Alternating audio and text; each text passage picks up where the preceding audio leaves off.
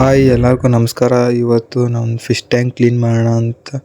ಇವತ್ತು ರಜಾ ಇದ್ದಿದ್ದ ಕಾರಣ ಫಿಶ್ ಟ್ಯಾಂಕ್ ಕ್ಲೀನ್ ಮಾಡೋಣ ಅಂದ್ಕೊಂಡೆ.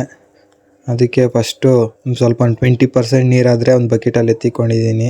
ಯಾಕಂದರೆ ಹೊಸ ನೀರು ಡೈರೆಕ್ಟಾಗಿ ಬಿಡೋದ್ರಿಂದ ಸಾಯೋ ಚಾನ್ಸಸ್ ಬಂದು ತುಂಬ ಜಾಸ್ತಿ ಇರುತ್ತೆ. ಅದರಿಂದಾಗಿ ಮುಂಚೆನೇ ಹಳೆ ನೀರು ಎತ್ತಿಕೊಬೇಕು. ಹಳೆ ನೀರು ಇಡೋದ್ರಿಂದ ಫಿಶಸ್ಗೆ ಯಾವುದೇ ರೀತಿ ಪ್ರಾಬ್ಲಮ್ ಆದರೆ ಆಗೋದಿಲ್ಲ. ನೀವು ಹೊಸ ನೀರು ಡೈರೆಕ್ಟಾಗಿ ಬಿಟ್ಟಾಗ ಫಿಶ್ಗೆ ತುಂಬ ಆದರೆ ಪ್ರಾಬ್ಲಮ್ ಆದರೆ ಬರುತ್ತೆ. ಅದರಿಂದ ನೀವು ಮುಂಚೆನೇ ಕ್ಲೀನ್ ಮಾಡಬೇಕಾದ್ರೆ ಒಂದು 2-3 ದಿವಸ ಟಬ್ಬಲ್ಲಿ ಮುಂಚೆನೇ ನೀರು ಎತ್ತಿಕ್ಕಿರಿ. ಫಿಶಸ್ ಎಲ್ಲ ಹಿಡ್ಕೊಂಡು ಒಂದು ಬೌಲ್ಗಾದರೆ ಹಾಕ್ಕೊಂಡಿದ್ದೀನಿ. ಚಿಕ್ಕ ಮರಿನ ಮುಂಚೆನೇ ಸಪ್ರೇಟ್ ಮಾಡ್ತಾಯಿದ್ದೆ. ಇವಾಗ ಒಂದು ವಾರದಿಂದ ಹಿಡ್ದಿರಲಿಲ್ಲ. ನೋಡೋಣ ಯಾವ ರೇಂಜಿಗೆ ಎಷ್ಟು ಮರಿ ಸಿಗುತ್ತೆ ಅಂತ ನೋಡೋಣ. ನಾನು ಬಿಟ್ಟಾಗ ಬರೀ ಒಂದು 8 ಪೇರೇನೋ ಬಿಟ್ಟಿದ್ದೆ. ನೋಡೋಣ ಇವಾಗ ನೋಡಿ ಇಷ್ಟೇ ಒಂದಾಗಿದೆ. ನೋಡೋಣ ಈ ರೀತಿ ಫಿಶಸ್ ಬಗ್ಗೆ ಅಪ್ಡೇಟ್ ಬರ್ತಾ ಇರುತ್ತೆ. ಪ್ಲೀಸ್ ಸಬ್ಸ್ಕ್ರೈಬ್ ಮಾಡ್ಕೊಳ್ಳಿ ಅಂತ ಕೇಳ್ಕೊತಾ ಇದ್ದೀನಿ. ಜಾಸ್ತಿ ಆಲ್ಮೋಸ್ಟು ಕೇರಳದಲ್ಲಿ ಮತ್ತು ತಮಿಳ್ನಾಡಲ್ಲಿ ಮಾತ್ರ ಹೆವಿ ಗಪ್ಪಿ ಫಾರ್ಮ್ಸ್ ಇದೆ. ಕರ್ನಾಟಕದಲ್ಲಿ ನಾನು ಸರ್ಚ್ ಮಾಡಿದಕ್ಕೆ ಅಷ್ಟೊಂದೇನಿಲ್ಲ. ಅದಕ್ಕೆ ನಾವು ಮಾಡೋಣ ಅಂತ ಡಿಸೈಡ್ ಮಾಡಿದ್ದೀನಿ. ಫಸ್ಟು ಸೋಪಲ್ಲಿ ಹಾಕ್ಕೊಂಡು ಕ್ಲೀನಾಗಿ ಕ್ಲೀನ್ ಮಾಡಿಕೊಂಡೆ. ಆಮೇಲೆ ಒಂದು 2 ಪಾಟ್ ಇಕ್ಕಿದ್ದೀನಿ. ಅದಕ್ಕೆ ಈ ಫಾಕ್ಸ್ ಸ್ಟೈಲ್ ಅಂತ ಬರುತ್ತೆ, ಅದು ಹಾಕಿದ್ದೀನಿ. ಯಾಕಂದರೆ ಹೈಡಿಂಗ್ ಪ್ಲೇಸ್ ಬೇಕು, ಮರಿಗಳಾಗುತ್ತೆ. ಈ ಗಪ್ಪಿ ಅದ್ರ ಮರಿನ ಅದೇ ತಿನ್ನೋ ಕಾರಣದಿಂದಾಗಿ ಹೈಡಿಂಗ್ ಪ್ಲೇಸ್ ಬೇಕು. ಅದರಿಂದಾಗಿ ಒಂದು 2 ಗಿಡ ಹಾಕಿ ಬಿಟ್ಟಿದ್ದೀನಿ.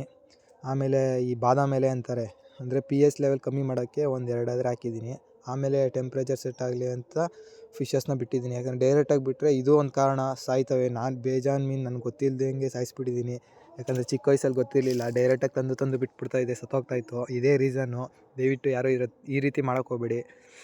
ಒಂದು 5 ಮಿನಿಟ್ಸ್ ಆದರೂ ಬಿಡಬೇಕು. ಅದು ಟೆಂಪ್ರೇಚರ್ ಸೆಟ್ ಆದರೆ ಮಾತ್ರ ಅದಕ್ಕೆ ಫಿಶ್ಗೆ ಓಕೆ ಆಗುತ್ತೆ, ಇಲ್ಲಾಂದರೆ ಸತ್ತೋಗುತ್ತೆ ಅದು. ಅದರಿಂದ ಎಲ್ಲ ಟೆಂಪ್ರೇಚರ್ ಸೆಟ್ ಆದಮೇಲೆ ಬಿಡಿ ಅಂತ ಕೇಳ್ತಾಯಿದ್ದೀನಿ ಅಷ್ಟೇ. ಫಿಶಸ್ ಎಲ್ಲ ಬಿಟ್ಟೆ. ಇವಾಗ ಒಂದು 50 ಪೇರ್ ಆದರೆ ಆಗಿದೆ. ನಾನು ಬಿಟ್ಟಿದ್ದು ಒಂದು 8 ಪೇರಿಂದ 50 ಪೇರ್ ಆಗಿದೆ. ಇನ್ನು ಮರಿಗಳು ಆಗ್ತಾಯಿದ್ದಾವೆ.